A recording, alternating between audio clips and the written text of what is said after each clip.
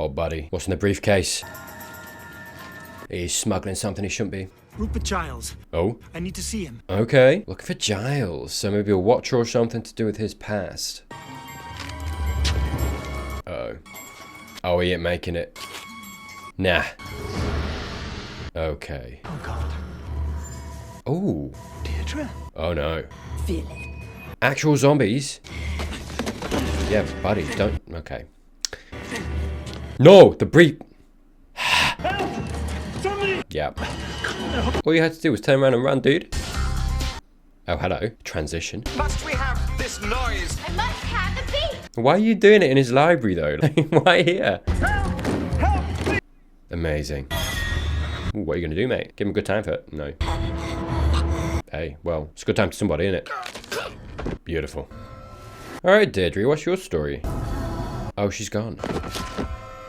Okay, and they're gonna find them. No, just him. Ooh. That can't be good goo.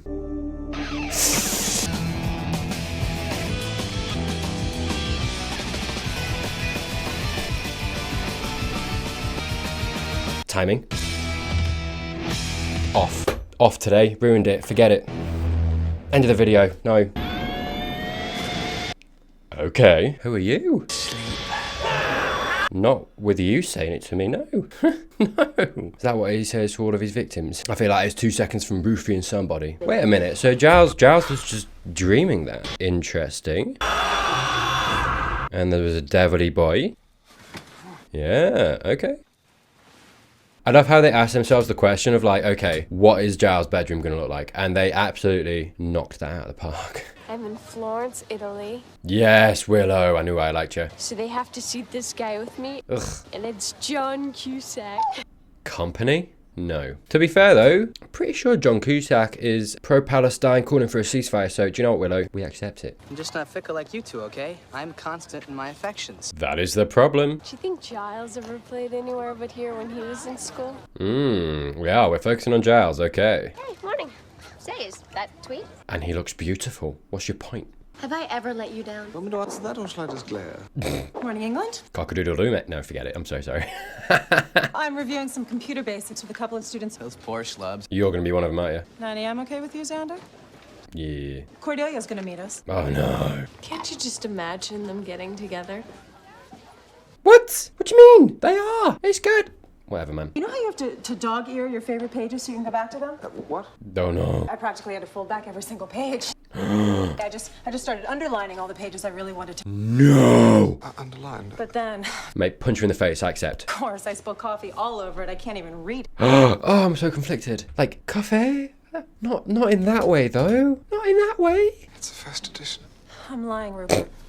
Oh, Looks fine. mate, no, you can't be playing around like that. That's dangerous, because I would have killed you. Honestly, I've slapped her in the face before she finishes, so... Do you know what I mean? Like, just don't mess around. Just don't mess around. And then you pepper in the coffee. Nectar of the gods, man. You don't disrespect that as well. You don't use it as a weapon. Unless it's hot coffee in the eyes of an evil person. In which case, go right ahead. You can always bring more coffee, mate. That's the point. Not for books! No! I just love to see you squirm. Oh, he's not got over that. Did anyone ever tell you you're kind of a fuddy-duddy? Nobody ever seems to tell me anything else. Oh, bless him. Did anyone ever tell you you're kind of a sexy fuddy-duddy? That is true. No, actually, that part usually gets left out. Criminal. This weekend? Would you like to go out? Oh, bless him. No, I think I'd like to stay in. Yes, get it on. Go on, go on. Don't anyone interrupt. Yes, good. They didn't stop. Perfect. They probably should have. There were kids around, and it's a work environment. But I'm glad they didn't. Let's see if I can make you squirm. Can we see it? No, I'm sorry. I'm sorry. I do apologise. That's a bit far, innit? But can I? Oh, God.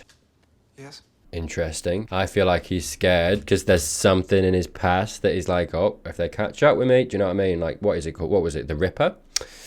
Yeah. Can you help me with a ticket? It was a one-way street. I was going one way. I can't fault her logic, though, to be fair. I can take a hint. What's the hint? Bless her. Hey, she's asking. Good. Yeah, when you visited Decaf Land. Excuse me. Don't you wish decaf on a person? No. No. Cordelia! You had your breakfast? No. That was probably a good idea. Nom nom. No. Sorry. Haven't spoken to him in 20 years. Right. What have you seen? Ooh. Do you know what that is? No. Yeah, you do. Alright, we're gonna find out maybe? You alright, mate? Since when do doctors take deliveries? Oh, well caught. Alright, Buffy, you're up. Beautiful. Kick in! Oh, yeah. And a roundhouse. Dude, spoiling me. Kick that boy. Oh, there's another one. Okay. Oh, hello. Nice. Oh, buddy, though. Wasn't hard enough. Maybe he's late. Giles, who counts tardiness as like the 8th deadly sin? You all right? Buddy. I was gonna ask you the same thing. Right? Yes, I'm fine, fine. Oh, he's very distracted. Got a bit of stubble to... Hey, keep it. Why not? That stash has never been closer. Buffy, Man, I swear to God, I thought this was like a dungeon. are you all right? Were you hurt?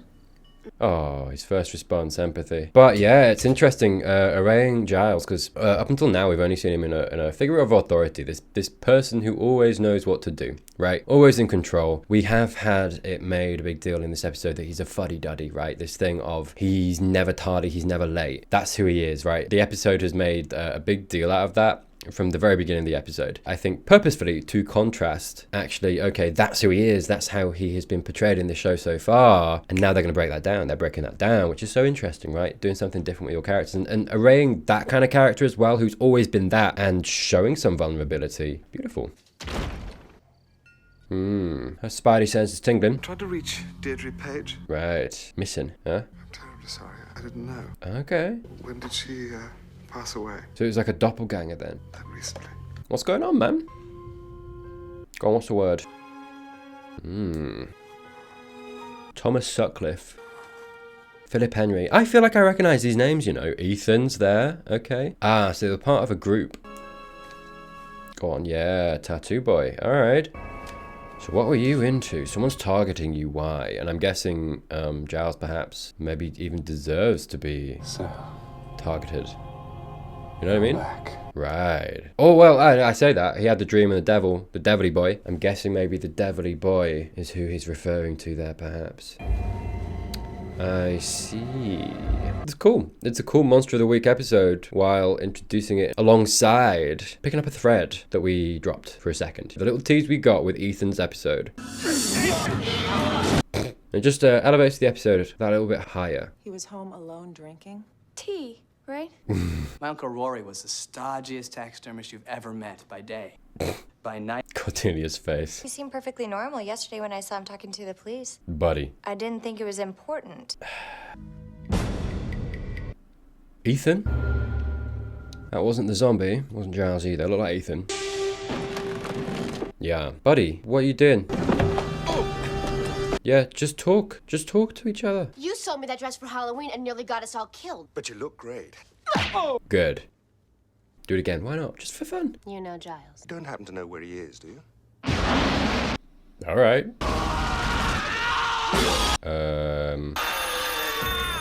Did you make a deal with the devil, Giles? What's the mark of Igon? Ooh, hello. Igon, then. You're in grave danger while Ethan's there. I want you to put the phone down and get out of the library as soon as possible. She's fine.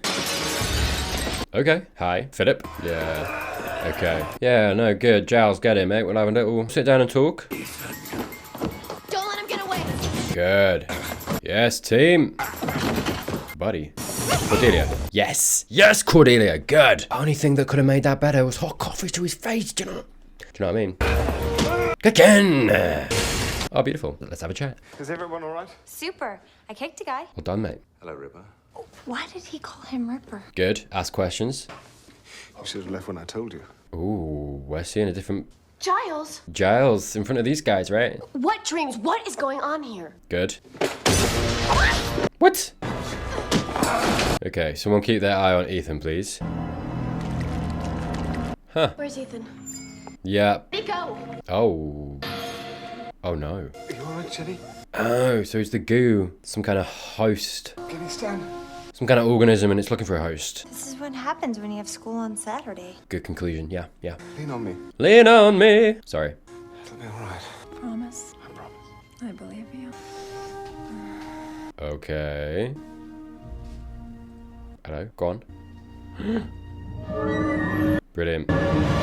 Oh dear. Tell you what, man, a lot happening here. Are we gonna lose Miss Calendar? It's complicated, Buffy, and quite frankly, it's private. Not anymore, dude. I don't care if I'm private. Yeah. Hey, this is not your battle. It is now. And as your watcher, I'm telling you unequivocally to stay out of it. No. Come on, that's not what you should be doing. We have work to do. Will, I want you to find out anything and everything. Nice. Mark of Igon sounds like Giles and his books. Then we hit the books. Hmm. Xander, how do you feel about digging through some of Giles' personal files and seeing what you can find? Go on, find the stash. To be fair, this is interesting because it's, again, that figure that we've had Giles be, and it's almost a question of, before this was happening, it's like, well, could they do it without Giles, right? How important, I mean, he is important, he absolutely is, and he makes it easier, right? He smooths over a lot of the rough edges, and he is there as a source of just stability in the group, but also, you know, information and wisdom in this world. Could they feasibly do it without Giles? Are they capable of doing what they need to do without him being there, right? Their minder, their watcher. And actually, I think it's a really important part of them growing up, as it is when you look at it outside of the perspective of Buffy the Vampire Slayer. Big part of growing up is being an individual apart from an adult and finding your own way, because they're not always going to be there. And I think Giles personifies that idea of the adult, the parent. In this scenario, a lot of the time, that is his role. And I think it is a nice allegory of sometimes you just got to work it out for yourself. It's scary and it's harder, at least at first, but it's an important part of growing up. And I think especially considering the last episode that we got and how Buffy went through these phases and these realizations of, yeah, being an adult and growing up, it is hard, it is complicated, it's not the easiest thing in the world. And coming from that into this, it's a really nice kind of 1-2, you know, of her having to experience that and her now stepping up to the plate. And I mean, she's been the leader previously, but she's not quite been the leader in the sense of without Giles, right? Which is important, a distinction that is important and nice that we're getting. What about me? I care about Giles. Oh, Work with Xander. Well, when I say care, Not a very safe person to be around at the moment. The Mark of Igon, worn by his initiates. initiates, okay. Can only exist in this reality by possessing an unconscious host. Right. Unless the proper rituals are observed, the possession is permanent. Oh. An Igon will be born from within the host. Oh, that's not good for Calendar, dude. And it must jump to the nearest dead or unconscious person to continue living. Work it out. Giles and orgies in the same sentence. I could have lived without that one. Oh, well, mate, I've already been there, trust me. so the demon's gone. There was no one dead to jump into. Unconscious. But someone unconscious. Interesting. Do they have the mark? Was it a case of like, what's his face? I keep want to call him Zygon. Did the Devilly boy, was he gonna come into this world, or he came into this world, and did Giles and the crew take one for the team, become initiates to kind of keep him in check somehow? I'm being generous, right? Because maybe it is just an evil thing of, maybe there is something more sinister there. Or you could take advantage of me in my weakened state. Well, okay. Oh, there's never been a better time. Well, I'm very curious how much of this is Jenny. I'm going to assume... It's not right. I would be taking advantage. Good on him. I'm going to assume it's the Devilly boy, though. You never had the strength for me. So he at some point was possessed by... You've got me. Under your skin. Okay. Okay. It's absolutely got a thing for Giles. Hey, I get it. I get it.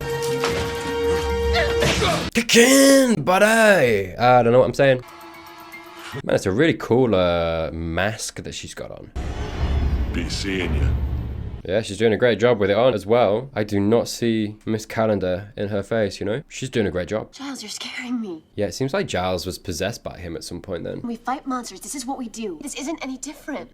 I created it. Okay. Yeah, nice. Also lovely to see they've taken it one step further. It's not just Buffy outside of the parental kind of guidance figure, the child kind of going out and being on their own for a second. She is the parent to Giles almost there, right? And being like, look, this is no different to how it usually is, and reversing those roles, and how it kind of, like I say, drives home that point of her having to take control, make her mind up, make decisions for herself, and not only that, be the guidance for Giles through this, which I think absolutely. Sometimes kids, teenagers, young adults can come at things from a different perspective than an adult can, right? An adult sometimes is too deep into certain situations that they can't see a way out, and perhaps actually it's really simple and they need someone younger, perhaps not, you know, entrenched in that adult world to see that, point that out. But I think at its basic level, it's just nice to see Buffy in that role and being there for someone she loves. And all the more interesting because it's Giles and we don't tend to see him vulnerable and in that kind of situation. This. That's Giles? I was 21, studying history at Oxford, and of course the occult by night. And you were into it? I hated it. Oh. Tedious grind of study. Okay, and so almost perhaps is the way that he is now, the fuddy-duddiness, the way that he has so many principles, and the way that he doesn't turn up late, blah, blah, blah. It's almost like something he has to keep tightly in control, maybe out of fear almost as well, of kind of slipping back into that person. It's interesting to give almost a reason to why he is, and who he is. We practice magics, pleasure or gain. Go back to pleasure. Come on, no, talk. Don't be shy. And Ethan and I discovered something bigger. Oh yeah? Whose? I mean, sorry. One of us would go into a deep sleep, and the others would summon him. Interesting. Yes, like I said before, I was being generous in the way that I was talking about it, but it was absolutely a possibility that they summoned him. And I think that's a more interesting option as well, right? Because it's not what you expect. You see Giles, you know who he is, and that is not the first thing on your tongue, right? When you're introducing Igon. I've just had his name said, and I keep sorry. I don't know if it's a Teen Titans thing with Raven and Zygon. Trigon! Who's Zygon? Anyway, it doesn't matter. It was an extraordinary high. I can imagine. One of us, Randall, he lost control. We killed him.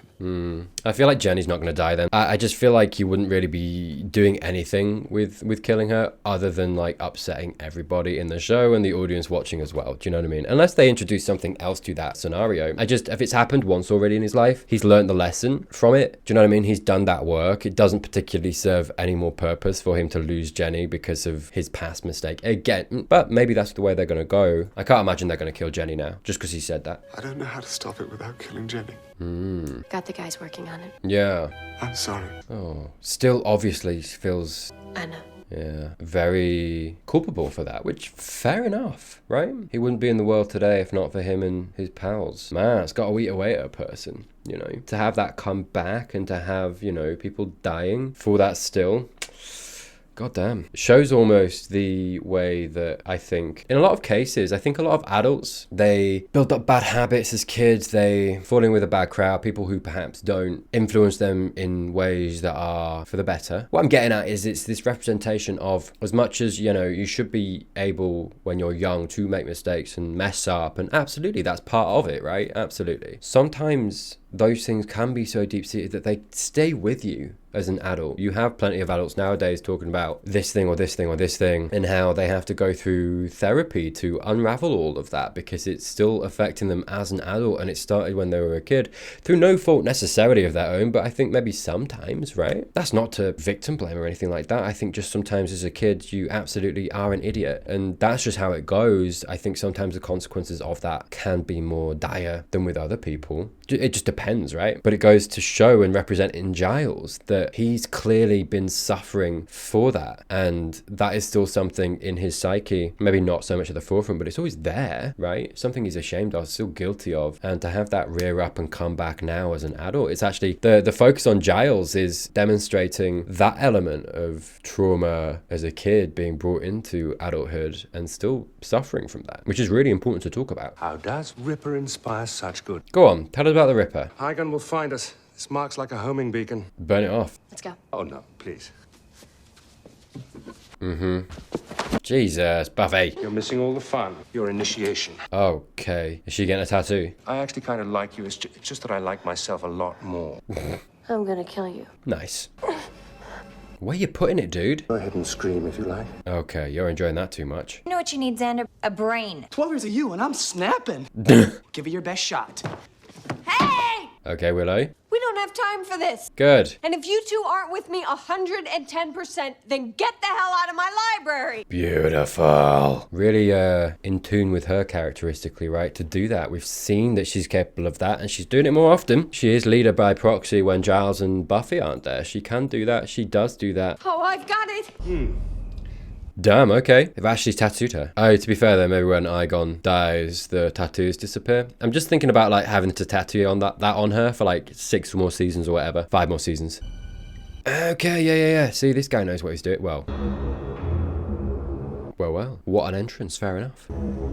Oh wow, we're a bit more monstrous now, huh?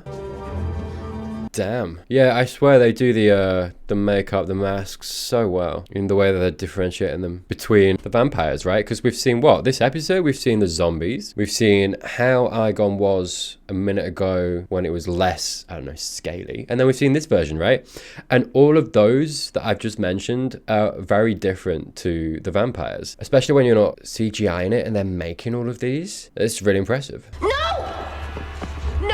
Also, by the way, look at this. We've got Buffy, we've got Giles here. All of this stuff that I'm talking about, Giles being that parental figure, Buffy filling in for that when he's taken out the picture, and then also coming to him, helping him. And then when these guys are here, I mean, what's their plan? What in this room right now, if it's just these guys, they have no plan. Not really. Giles doesn't know how to do it. Buffy doesn't know how to do it. She's just trying to save Giles and, you know, whatever, save Ethan as well. Without Willow and the gang, Xander and Cordelia, fair play to her, I'll give her props, right? Doing what they're doing in the background, I'm assuming they're going to come in and actually fix the issue. That's huge. And again, demonstrates actually the importance of the group dynamic and all of them doing what needs to be done. Because, sorry, but I don't know if Buffy would actually kill Miss Calendar here if that was the only way to stop it. I think maybe Buffy would die, right? This plan fails. They have no plan without Willow and the crew. Same for Giles. And it just goes to show how important each individual member of Team Buffy is. We've also seen Xander demonstrating in the past what he brings to the table and how he has helped as well. Willow in a big way, also in the past, but yet, you know, in this episode, stepping up to the plate and being that. This episode is really highlighting the individual members and how strong they are together.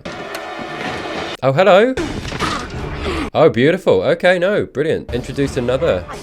I always forget about Angel, mate. Oh, did they get him? Okay. Trust me, this is gonna work. Oh, is it gonna have to come into him? Now what? Is he gonna reject him because he's undead? Something different and it can't quite... Hello. Beautiful. Hey, what a catch from Willow, you know? When she was like, I've got it! I wouldn't have guessed that. Good on her. Rupert. What a nice way. Again, Ethan's slipping away, man. He's good at that, isn't he? Yeah, what a nice little way to resolve it. In a clever way in a way that, like, I didn't expect that. I'm not saying, you know, no one else predicted that was going to happen, but it's certainly not kind of what you expect is going to happen in this situation to resolve it. Yeah, just a really clever way to resolve it. I like it. I put it in danger, but I've had a demon inside me for a couple 100 years. You're used to... Just waiting for a good fight. Huh. I think that Ethan guy disappeared again. Yeah. I really wanted to hit him till he bled. Next time. It's all right. Well, at least it's over. Don't say that. Oh, poor Miss Calendar. Alright, why are we looking at it like that? Come on. Smouldering, you know? I have to blow my entire allowance to get this stupid tattoo removed. Wow, really? Putting that demon into Angel is pretty brill, though. Yeah, she saved him. We should consider a career as a watcher. Oh no. Hey. Yeah, we only beat this monster this week because of Willow. She was so integral to that. I don't see how Giles does it. I don't think he has a choice. Yeah, and we have a greater appreciation of Giles now as well, and what he's dealing with all the time. And that thing of he doesn't have a choice. He doesn't. You can't just wish away your trauma. You can't just say it didn't happen. You got to just painstakingly work your way through that. And even then, when you get to a place perhaps where Giles is integrated into society, he can function. He's doing fine. Sometimes that just is the end goal. It never truly goes away, but you are as past it perhaps as you could be. And that is a harsh fact of life and beautifully demonstrated, honestly, in this episode. And like I say, yeah, it gives you a better appreciation of Giles, who he is, what he's dealing with, what's made him this way. And suddenly he's not this stereotypical watcher, guardian, parent. He's a human being, which helps connect him to the audience even more deeply. It's worth mentioning that I think what Buffy meant was that he has no choice to be a watcher because it's his penance for what he did. It's hard, but if he ever stopped, he couldn't live with himself. I tried to call you last night to see how you were. Oh no. I left my phone off the hook. Is this going to mean a... I seem to need a lot of sleep lately. But you all right? for them? No, I'm fine. I mean, I'm not running around winded my... Interesting. She's been sleeping a lot lately. She's not doing okay. There was the whole thing Cordelia was like, at least thankfully, at least it's over, whatever. We panned to a shot of him taking her out, and then we had that weird, smouldering, broody Angel and Buffy looking at him like, Are we going to have, is it not over for Miss Calendar? That would be interesting. I hope they do something with this. I don't know what, but that would be a really interesting decision. I would like to help. I know. Right, or just trauma, her own trauma. Talk sometime. Yeah, Dinner or a drink. that's important. When you're feeling stronger. Sure, sometime. Nice. Yeah, whenever she's ready. Right. Sometime. Hey, I mean, I get it. She lost control. She didn't have autonomy over her body. Her body got taken out. You know what I mean? That's huge. That is a huge allegory for trauma. Straight up, just an allegory for assault. I mean, it was assault. And yeah, they're bringing that theme this week full circle of, you know, we're seeing Giles and the trauma that he's brought into adulthood and having to deal with that. And now she also is dealing with that. And that's tough. That's really, really hard. And good on Giles for being like, you know, sometime, whenever you want, drinks, dinner, we can talk about it. Really nice. But it doesn't make it any less difficult. Really deep hitting themes there. I don't think she'll ever really forgive me. Maybe she shouldn't. Yeah, I mean, you got to ask. Yeah, that's where Giles' mind is going. Because my knee-jerk reaction was like, it's not your fault. But looking at it from a cold perspective, it is his fault. Obviously, he didn't intend for this to happen, but Miss Calendar would never have got assaulted and lost her bodily autonomy in the way that she did if he hadn't made the decision when he was a young man and brought Igon into the world, right? You can absolutely trace that back to Giles. And I don't think she's necessarily purposefully blaming him, but I think perhaps there is some inner consciousness decision maybe that's out of her control that means that deep down she feels that way. And that's valid of her to feel that too. It's just tough. It's a tough situation. Maybe you should. I never wanted you to see that side of me. I'm not gonna lie to you. It's tough. It was scary. Yeah. I'm so used to you being the grown-up, and Yeah. then I find out that you're a person. That you're a person, a human being, exactly. Most grown-ups are. Would have thought. Some are even short-sighted, foolish people.